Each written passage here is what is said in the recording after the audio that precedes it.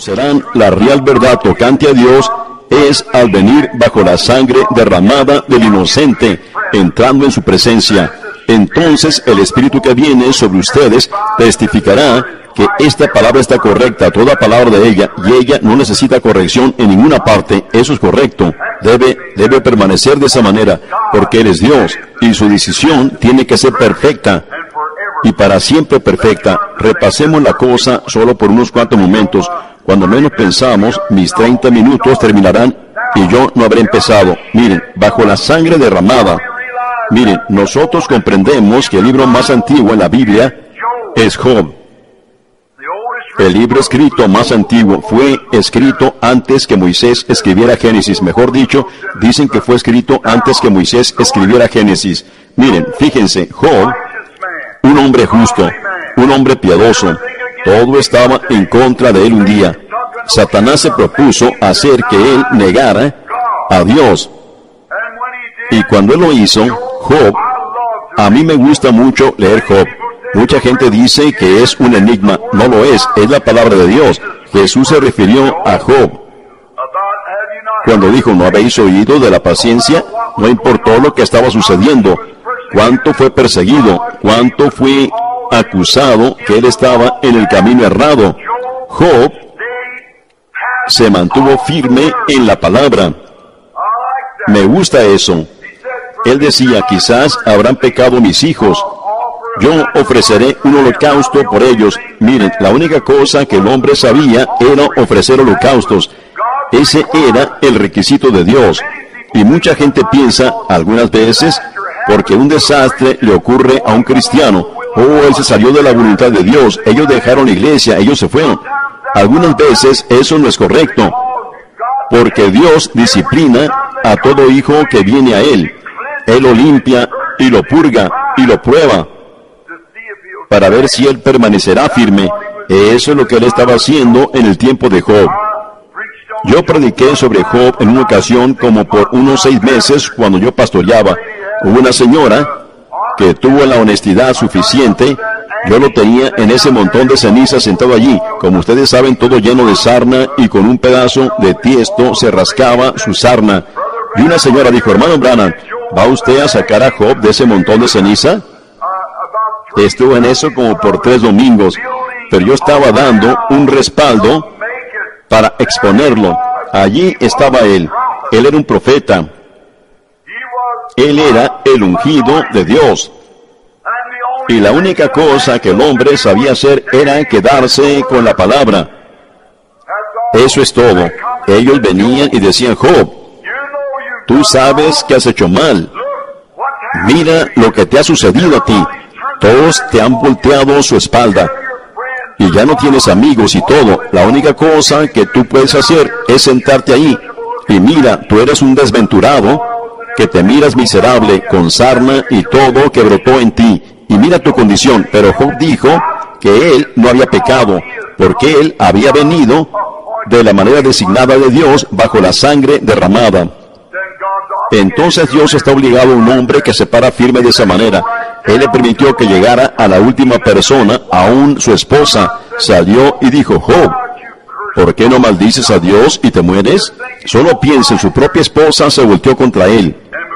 Y porque alguien se voltea contra nosotros y piensa que somos ridículos y raros, todo el pueblo de Dios es ridículo y raro para el mundo.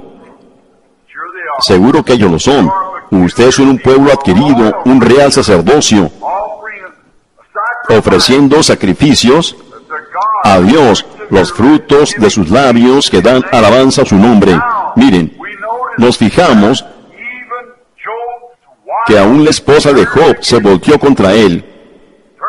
Le volteó su espalda y dijo, ¿por qué no maldices a Dios y te mueres? En otras palabras, tú te miras miserable. ¿Por qué sencillamente no maldices a Dios y te mueres? Él dijo, has hablado como una mujer fatua. Miren, él nunca la llamó fatua. Él dijo que ella habló como una de ellas. Él nunca dijo que ella era fatua. Allí es donde, permítanme, yo corrijo esto. Algunas veces cuando yo las estoy reprendiendo a ustedes, hermanas, yo no estoy diciendo que ustedes son mundanas, pero algunas veces ustedes parece que lo son. Así que yo no digo que ustedes hacen mal, pero algunos de ustedes se visten como como que parecen que lo hacen. ¿Ven ustedes? Así que Job le dijo a su esposa, no entraré en eso, Job le dijo a su esposa, le dijo, has hablado como una mujer fatua. Y después de un tiempo, oh, Dios siempre es fiel cuando venimos según la manera provista de Dios. Job dijo, yo he hecho mi confesión, yo he ofrecido el holocausto. Eso es exactamente lo que Dios requirió. Él adoró a Dios bajo la sangre derramada. Y entonces de repente el Espíritu vino sobre el profeta, y los truenos tronaron y los relámpagos relampaguearon. Y él dijo, yo sé que mi Redentor vive. Y en los últimos días, aunque después que los gusanos en mi piel deshagan este cuerpo, aún en mi carne yo veré a Dios, al cual veré por mí mismo, ¿ven? Bajo la sangre. Allí se sentaron los demás tan lejos como podían, pero Job se quedó bajo la sangre con la palabra. Eso es, bajo la sangre con la palabra. No importa cuán oscuro se ponga, solo sigan yendo hacia adelante. Aférrense a la palabra inmutable de Dios. Sigan, si ustedes se aferran a la palabra, entonces ustedes tienen agarrada la mano de Él. Sigan adelante. Y luego él, siendo un profeta, los relámpagos relampaguearon, y él vio la visión de la venida de Dios. Él sabía que los gusanos de su piel desharían su cuerpo, pero él dijo, aún en mi carne yo veré a Dios, al cual veré por mí mismo. Mis ojos lo verán, y no otro. Pues no trajimos nada a este mundo, de cierto que nada nos llevaremos. Jehová dio y Jehová quitó, sea el nombre de Jehová bendito. Él se quedó en esa sangre derramada y en la palabra, en la promesa. Él era espiritual. Él era un profeta. Parecía que Dios le volteó su espalda, pero solo era para probarlo y ver si él se quedaría con la palabra. Todos nosotros somos probados. Todo cristiano, todo hijo que viene a Dios es probado por la palabra, para ver si ustedes serán fieles a ella. Cuando el reto viene, ¿qué decisión van a hacer ustedes? Eso es. Y el que no puede soportar disciplina, sino que sigue adelante con el mundo, él es un hijo ilegítimo, y no un hijo o una hija de Dios. Seguramente que no. Miren, pero el de mente espiritual capta la palabra, se alinea con ella, y el Espíritu desciende bajo la sangre derramada y toma a esa persona. Israel tenía un solo lugar para encontrarse, para tener compañerismo. Había un solo lugar donde Israel se podía encontrar con Dios. Ese era bajo la sangre derramada. No había otro lugar que Dios se encontraba con ellos sino bajo la sangre derramada. Miren, entraremos en Números, el capítulo 19, por un momento solo citarlo. No tendremos tiempo para leerlo, sino solo para citarlo. Nos damos cuenta que en Número 19 encontramos esto, que Dios les dijo a los hijos de Israel en su jornada, les dijo, tráiganme una becerra roja, sobre la cual no se haya puesto yugo. ¿Qué es eso? Eso significa algo. Si tuviéramos tiempo, pudiéramos entrar a esos símbolos. Una becerra roja. Ella debía ser roja, sin ninguna mancha en ella roja. El rojo es un color malo, en un sentido de la palabra, pero el rojo es el color de la expiación. ¿Sabían ustedes que científicamente el rojo, a través del rojo se mira blanco? Eso es correcto. El rojo, a través del rojo, mirando al rojo, a través del rojo se mira blanco. Si vuestros pecados fueron rojos como el carmesí, pero cuando Dios los mira a ellos a través de la sangre derramada de su Hijo, ustedes están blancos como la nieve. El rojo a través del rojo. Ningún otro color hace eso. El rojo a través del rojo se mira blanco, y de esa manera Dios los mira a ustedes. Si ustedes, no importa lo que ustedes sean, si ustedes han venido bajo la sangre derramada, Dios no los ve a ustedes, sino que mira a través de la sangre. Y si los pecados de ustedes fueron muchos, sin embargo, se miran ustedes blancos como un lirio para Él. La becerra roja, sin manchas en ella, debía ser una que nunca se le había puesto yugo sobre su cuello. Yo pudiera con eso hacer pedazos ahorita. Ella no está enyugada con nada, eso es correcto, con ninguna organización incrédula. ella se queda libre. Luego ella tenía que hacer, ¿qué? El sacrificio. Luego ella tenía que ser quemada, matada en la tarde. No en la mañana, sino en la tarde. Y luego tenía que ser quemada. Y sus cenizas tenían que ser conservadas aparte para las aguas de separación. ¡Oh, qué hermosa escena es esta! Si solo pudiéramos entrar en ella.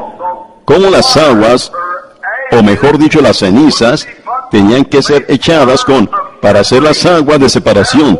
Por lo tanto, luego ellos tenían que tomar su sangre y hacer 7 franjas sobre la puerta, donde uno entraba a la congregación, saliendo de los atrios de afuera, entrando a la congregación, entrando al lugar santo. Y luego el Espíritu estaba en el lugar santísimo. Fíjense, miren, qué cuadro tan hermoso aquí. Yo espero que en estos 5 o 6 minutos que siguen, ustedes lo puedan captar. Fíjense, en el lugar santísimo. Y la manera para acercarse, que fue abierta para la persona inmunda. Ellos tenían ciertos procesos por los cuales debían pasar. El primero, el inmundo, debía pasar por los atrios de afuera. Y allí era rociado con las aguas de separación. ¿Qué son las aguas de separación? La Biblia nos dice que somos lavados por el agua de la palabra de separación. Por lo tanto, la palabra nos separa de nuestra incredulidad. ¿Cómo lo pudiera hacer un credo? Es la palabra.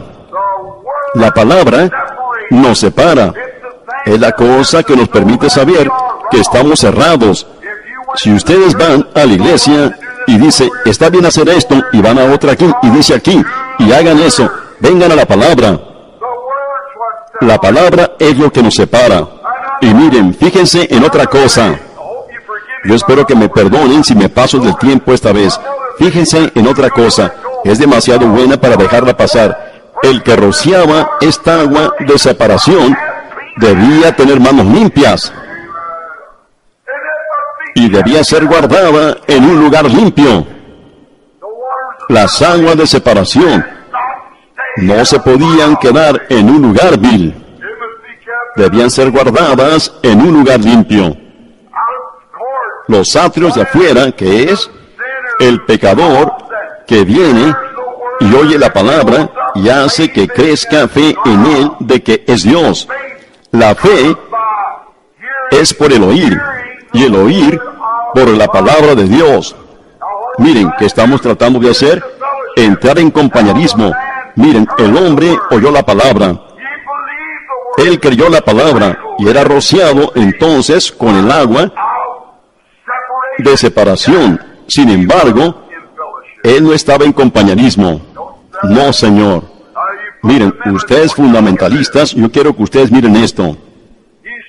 Él todavía no estaba en compañerismo. Recuerden, cuando Israel salió de Egipto, Moab se encontró con él y no le permitió tener un avivamiento en su tierra. No había cooperación. Y Moab creía en el mismo Dios en el que Israel creía. Ellos fueron y mandaron traer a su obispo allá arriba, Balac. Lo trajeron allí y él era exactamente tan fundamental como Israel lo era. Israel andaba errante sin lugar a donde ir. Esta gran nación organizada allí, unida, trajo a su celebridad para maldecir a ese montón de renegados. Ellos dijeron que iban llegando allí. Ellos se olvidaron que este montón de gente que no tenía lugar a donde ir, sino que eran errantes y peregrinos y extranjeros, ellos fallaron en ver esa columna de fuego yendo delante de ellos. Ellos fallaron en ver esa serpiente de bronce y esa roca herida siguiéndolos, aunque ellos sí habían hecho mal. Balaam pensó, seguramente que yo siendo un fundamentalista lo podría hacer. Y él edificó 7 altares, eso es lo que Dios requería, el número perfecto. Él puso 7 bueyes limpios, exactamente lo que Israel tenía. 7 altares es lo que Israel tenía. 7 candeleros y lo demás, el número perfecto, y ahí estaba eso mismo haciendo la mismísima cosa, 7 sacrificios limpios, y también 7 carneros, hablando de una fe que venía el Hijo de Dios, el Cordero de Dios, hablando de fundamental. Él era tan fundamental como Israel lo era, pero él no tenía el Espíritu. Él no estaba en compañerismo con Dios. Si es cierto que así es, que Dios tiene que responder al fundamentalismo, entonces él ciertamente rehusó a la persona incorrecta. Bueno, él hubiera tenido que aceptar a Moab y hubiera tenido que aceptar a Israel también. Si Dios recibe únicamente adoración, una iglesia y un altar, Caín era tan fundamental como Abel lo era. Caín edificó un altar, Caín ofreció un sacrificio, Caín adoró un altar, el unirse a la iglesia, un sacrificio, un credo, y todas estas cosas. Si eso es todo lo que Dios requiere, entonces él estaba errado cuando él condenó a Caín, porque Caín vino de esa manera en los mismos terrenos en los que Abel vino. Exactamente correcto. ¿Pero qué fue eso? Fue por revelación. Por revelación. No por educación, sino por revelación. Abel vio que no fueron bananas o manzanas lo que Eva comió, y él ofreció sangre. Y Dios lo aceptó. Se le fue revelado a él. Esa es la razón que Jesús mismo dijo, cuando él bajó del monte de la transfiguración, dijo: ¿Quién decís vosotros que soy yo? Unos decían Moisés, Elías y los demás. Lo sobrenatural excita tales cosas. Pero Pedro dijo: tú eres el Cristo, el Hijo del Dios viviente. Y él dijo: bienaventurado eres, Simón, hijo de Jonás, porque no te reveló esto carne ni sangre. Tú nunca lo aprendiste en un seminario. No fueron solamente palabras, sino mi Padre que está en el cielo te reveló esto. Miren, la Iglesia Católica dijo que fue Pedro sobre el cual edificaron la iglesia. Los protestantes dijeron que fue sobre Cristo. A mi manera de ver, no fue ni uno ni el otro, fue sobre la revelación de la palabra. Pues él dijo: tú eres Pedro, y no te reveló esto carne ni sangre, sino mi Padre que está en el cielo te lo ha revelado. Y sobre esta roca edificaré mi iglesia, y las puertas del infierno no prevalecerán contra ella. Muestra que toda puerta del infierno estará contra ella, pero nunca prevalecerá. La palabra seguirá adelante a pesar de eso. Sobre esta roca edificaré mi iglesia. Mostró que todo estaría contra ella, pero no puede prevalecer. Seguirá adelante a pesar de eso. Miren, las aguas de separación, separándonos, permitiéndonos reconocer que somos pecadores, que somos transgresores. Esa es la razón que yo podía martillar la cosa. Esa es la razón que cualquier ministro se debería parar firme contra todo lo que Dios dice que está errado a hacer. Él lo predicará si él está lleno del Espíritu, porque viene del cielo. ¿Ven? Contra lo errado. No se debe hacer eso. Esas son las aguas de separación.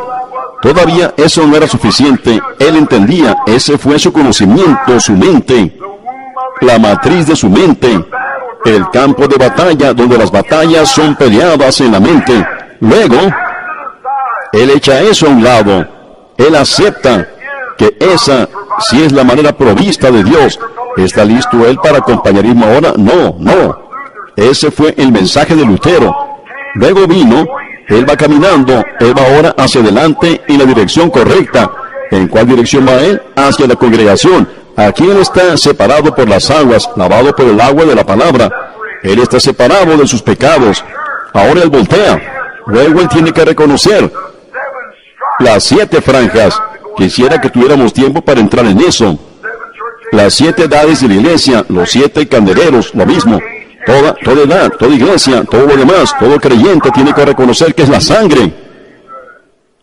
Todavía él no está en compañerismo. La congregación está adentro adorando, pero él está aquí afuera preparándose. Él todavía está argumentando la denominación y la organización y todo lo demás. Pero cuando Él viene bajo la sangre, ¿qué hace Él cuando mira esa sangre? Reconoce, lo hace reconocer que algo murió y derramó su sangre y fue delante de Él para abrir un camino para que tuviera compañerismo. Luego, Él ve las franjas de sangre en la puerta. Él reconoce. Después que Él conoce la palabra de Dios, entonces Él reconoce la sangre derramada. Y Él tiene que venir debajo de la sangre derramada. Igual que Israel en Egipto y demás. Él viene debajo de la sangre. Luego después que Él mismo reconoce, y Hebreos 13:12 y 13 dice, por lo cual Jesús, para santificar al pueblo mediante su propia sangre, padeció fuera de la puerta. Él fue nuestro sacrificio. Todo elemento que salió de su cuerpo constituye el nuevo nacimiento. Escuchen, hermanas, yo soy su hermano, y yo espero que ustedes me entiendan. Cuando un bebé nace, ¿cuál es el proceso natural del nacimiento natural? La primera cosa, si es un nacimiento normal, es el agua. Luego es la sangre. Luego es la vida. Saliendo del cuerpo de Jesucristo, ellos hirieron su costado, y agua, sangre. Y en tus manos encomiendo mi espíritu. Hubo 3 elementos que salieron de su sangre: justificación, santificación, el bautismo del Espíritu Santo. Eso los trae a ustedes, pasándolos por la sangre dentro del compañerismo. Entonces, cuando este hombre, separado por la palabra, santificado por la sangre, entra en el compañerismo divino, entonces él está en la congregación de la gente, donde el poder de Dios está cayendo. Y en el compañerismo, a ellos no les importa lo que es ese o el otro. Todos ellos están unánimes juntos, y la sangre de Jesucristo nos limpia de toda injusticia. Entonces tenemos compañerismo unos con otros. Amén. Oh, cómo me gustaría que nos pudiéramos quedar en eso por un rato. Sí, Señor. Pero aquí está la razón. Esa es la razón que me gustan estas convenciones de los hombres de negocio. Alguien divulgó un rumor no hace mucho, que los hombres de negocio iban a formar se iban a unir con alguna organización. Yo dije, cuando ellos hagan eso, yo les entrego mi tarjeta de compañerismo. Eso lo mata allí mismo, lo mata cada vez. Ciertamente que lo mata, sí, Señor. No, Señor. Yo estoy con ellos porque se paran firmes por la mismísima cosa en la que yo creo. A mí no me interesa si usted es metodista, bautista, presbiteriano, lo que usted sea. Cuando usted viene debajo de esa sangre, hermano, nosotros tenemos compañerismo uno con el otro, y todo hombre se mira igual. Cuando Jesús enseñó esa parábola famosa y habló tocante a la cena de las bodas, Él encontró a un hombre allí que no estaba vestido de boda. Nosotros conocemos las costumbres del Oriente. Yo he estado allí y yo sé lo que ellos reparten las invitaciones, y viene todo hombre que tiene una invitación, sin importar si él es pobre, si él es rico, si él puede vestir bien o no. Hay un hombre que se para a la puerta y el novio y le da un manto. Cuando él entra, él se viste con un manto. A mí no me interesa si él está harapiento o como él esté, él se pone el manto. Y cada uno de ellos se mira igual porque ellos están bajo el manto, y ellos no pueden recibir un manto sin la invitación. Y este hombre había entrado sigilosamente de alguna otra manera. Él no podía tener compañerismo porque no estaba vestido correctamente. Y cuando un hombre permite que su credo o su denominación lo separe de su hermano, algo anda mal. Él entró sigilosamente por alguna puerta denominacional o algo así. Y la Biblia dice, atadle y echadle en las tinieblas de afuera, allí será el lloro y el crujir de dientes. Hermano, no son los credos que nos llevan adentro, no son los credos que nos traen nuestro compañerismo. Eso, la educación nos lleva más lejos de ello que todo lo demás que yo sé. Dios no fue un programa educacional, fue un programa de la muerte de su Hijo, muerte, sepultura y resurrección, el derramamiento de la sangre, y por medio de eso, bajo esa sangre, todos nosotros tenemos comunión unos con otros, mientras la sangre de Jesucristo, el Hijo de Dios, nos limpia de todo pecado, que es pecado, incredulidad. Amén. No hay nadie en ese compañerismo o adoración que no esté de acuerdo con alguna palabra que Dios haya hablado. ¿Por qué? Porque el mismísimo sacrificio que murió por él es el que escribió la palabra. En el Antiguo Testamento, cuando un creyente venía para adorar, si él había hecho algo mal, no podía venir a menos que viniera por medio de la sangre.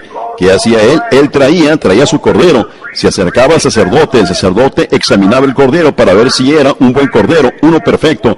Luego él ponía sus manos sobre el cordero y confesaba sus pecados. Entonces los pecados eran transferidos de él al cordero. El cordero debía morir porque él ya no era un pecador, sino lo era el cordero. Ellos lo degollaban, la sangre le fluía, la rociaban sobre, lo quemaban en el fuego. Muy bien. Fíjense. Miren, eso sería bastante bueno, pero ¿por qué? ¿Por qué no funcionó eso? Eso estaba mostrando que venía algo más grande, porque la sangre de un macho cabrío o la de una oveja no podía expiar el pecado. Lo podía cubrir, pero no lo podía divorciar. ¿Por qué? El espíritu, que es la vida, que está en la célula de sangre, en la composición química de la sangre, en la vida, en la célula de sangre, estaba la vida de la oveja, y esa oveja que moría, esa vida de la oveja, no podía regresar para estar sobre el laborador, por lo tanto no podía tener efecto. Pero cuando nosotros venimos al Calvario, por fe, ponemos nuestras manos sobre el Cordero de Dios, y su célula de sangre que fue rota, lo cual no era ni judía ni gentil, él era Dios. Y nosotros, en esa sangre sin adulteración, no por sexo, sino por un acto creativo de Jehová mismo, quien creó la célula de sangre en el vientre de la Virgen y dio a luz al Hijo de Dios. Él no era el Hijo de María. No, la llaman, ustedes católicos la llaman la Madre de Dios. La llaman la Madre de Dios. Él ni siquiera la llamó madre una sola vez. Él la llamó mujer. Eso era lo que ella era. Ella era una incubadora que Dios usó exactamente como Él pudiera haber usado a cualquier otra persona. Ella no era la madre de Dios. Dios no tiene madre, Él era solo Dios.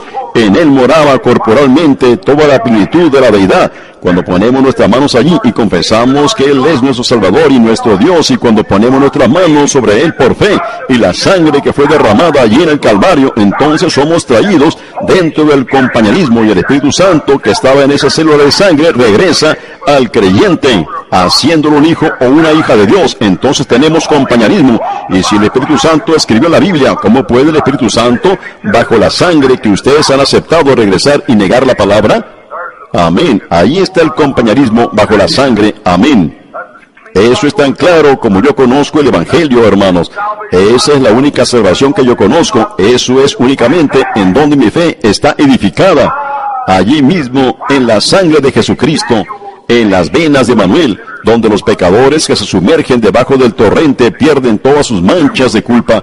Y cuando entramos en eso, debajo de esa sangre, y nosotros mismos nos reconocemos pecadores y salimos al otro lado, y Él sella nuestro creer de esa manera, por su Espíritu Santo. Y el mismo Espíritu Santo que escribió la Biblia y puso toda palabra en ella, ¿cómo puede ese Espíritu Santo voltearse y negar esa palabra? ¿Cómo puede Él aceptar un credo en lugar de la palabra? ¿Cómo puede Él aceptar un dogma en lugar de la palabra? No puede. El Espíritu Santo acentuará toda palabra de Dios con un amén. Oh, hermanos, ese es el compañerismo en el que yo creo. Entonces, no únicamente ustedes tienen compañerismo unos con otros, sino que nosotros tenemos compañerismo con Cristo, porque nos consideramos muertos y sepultados y resucitados con Él en la resurrección. Y estamos sentados ahora en lugares celestiales en Cristo Jesús. Yo leí una pequeña historia no hace mucho, para terminar. Había un muchacho americano, como todo un grupo de ellos, que fue a Roma a estudiar arte en las grandes galerías de arte de Roma.